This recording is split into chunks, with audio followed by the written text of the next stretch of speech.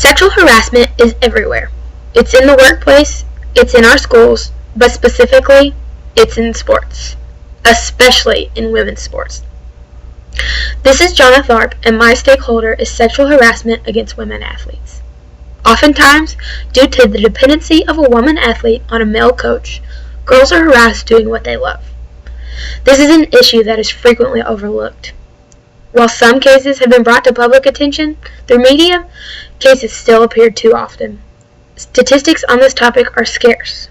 Researchers in the field say that schools have been reluctant to pool data for a national survey, partly from a fear of creating a general atmosphere of guilt.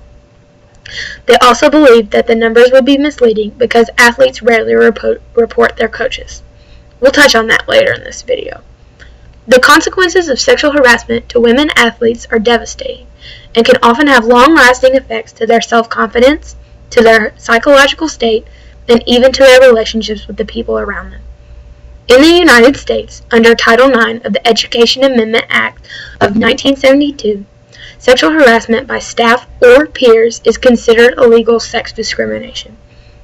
Sexual harassment in sport is often difficult to detect in athletes because of the close bond between an athlete and her coach. I personally played softball for 14 years, and after so many years, your coach can become like a second parent to you. You trust them, look up to them, seek advice from them, and ultimately develop a personal relationship with them. The deeper the relationship, the more of a chance the athlete will be sexually harassed.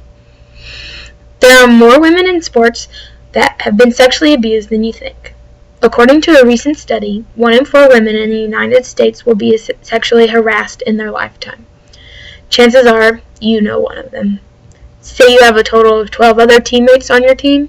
Statistically, 3 of them have been sexually harassed already.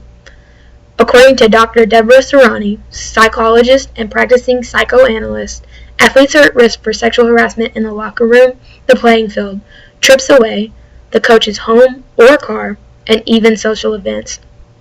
Usually this harassment occurs more than once. Oftentimes, girls feel they are trapped with no way out of this situation, scared to endanger their relationship with their coach.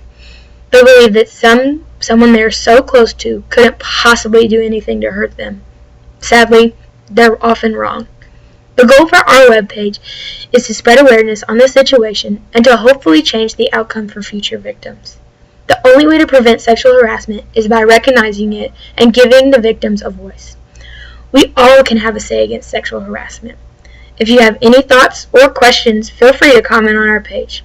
Thanks for listening, and tune in later for more updates. Over and out.